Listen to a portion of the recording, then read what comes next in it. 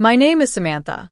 Sitting in my car, driving away from the chaos I left behind, I can still hear my mother's screams echoing in my ears.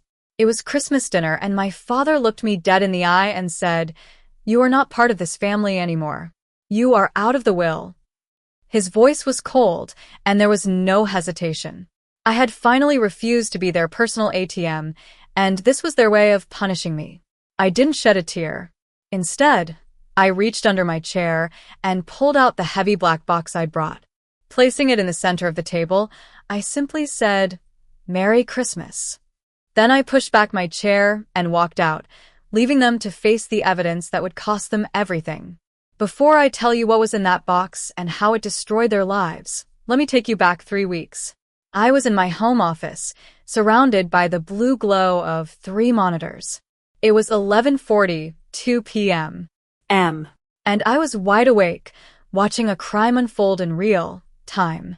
My phone buzzed with a transaction alert from the family trust, a withdrawal of $9,500.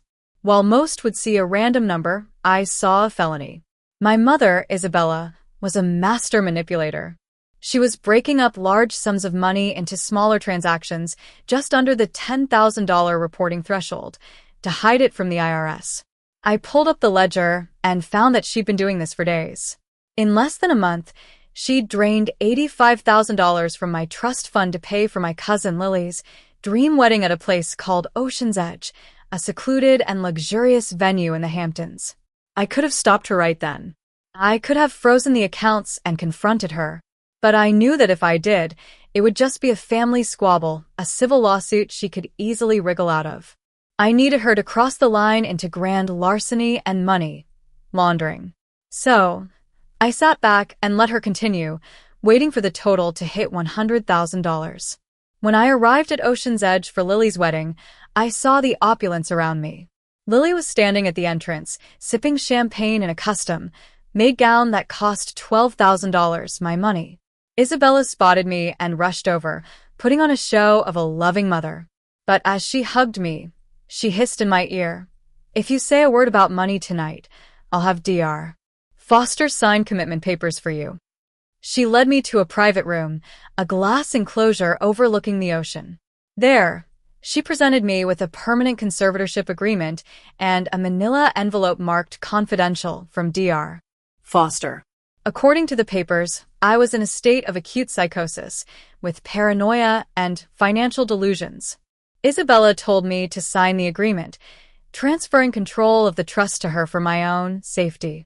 I pretended to be scared and hesitant, but I was left-handed, and the pen I picked up was not going to sign my surrender. Instead, I flipped the document over and wrote, Title 31, U.S. Code Section 53:24, in bold letters. I explained to her what structuring was a federal felony. I also informed her that by using my power of attorney to move funds into her account, she'd committed wire fraud and aggravated identity theft. I pulled out a thick blue folder, a forensic audit report, and slid it across the table. She tried to dismiss it, saying I couldn't prove anything. But I told her I'd submitted the evidence to the IRS and the trust protectors 48 hours ago. I'd let her steal until she crossed the $100,000 mark to ensure mandatory sentencing. Just then, the lights went out and the music stopped. A man named Ethan, the managing partner of the company that owned the venue, walked in. He informed Isabella that the final payment for the venue had bounced because the trust protectors had frozen all the accounts. The truth hit her hard. No money meant no wedding, and no wedding meant humiliation. I showed her the trust deed's bad boy clause. Any beneficiary who committed a felony against the trust forfeited everything. By stealing from me, she'd given me her $2 million inheritance. Chaos ensued. Lily screamed at Isabella and stormed out. Isabella then went into a frenzy. She smashed a champagne flute, cut her own arm, and accused me of attacking her. She called 911, trying to play the victim. But I told her to look up. 16 4K cameras were recording everything in real time. When the police arrived, they found me calm, on the phone with my attorney, and Isabella bleeding and hysterical. Ethan filed charges, and I added one for a false police report. The officers cuffed her, and she screamed my name. I didn't turn back. Later, on the balcony, Ethan confirmed that the footage was secure and Isabella wouldn't make bail. I blocked her number and decided to sell the family house to fund a financial literacy scholarship. As I drove away, I realized I'd gained my name back, my sanity, and a sense of freedom that I'd never felt before. If you've ever had to cut off a toxic family member to save yourself, you're not alone.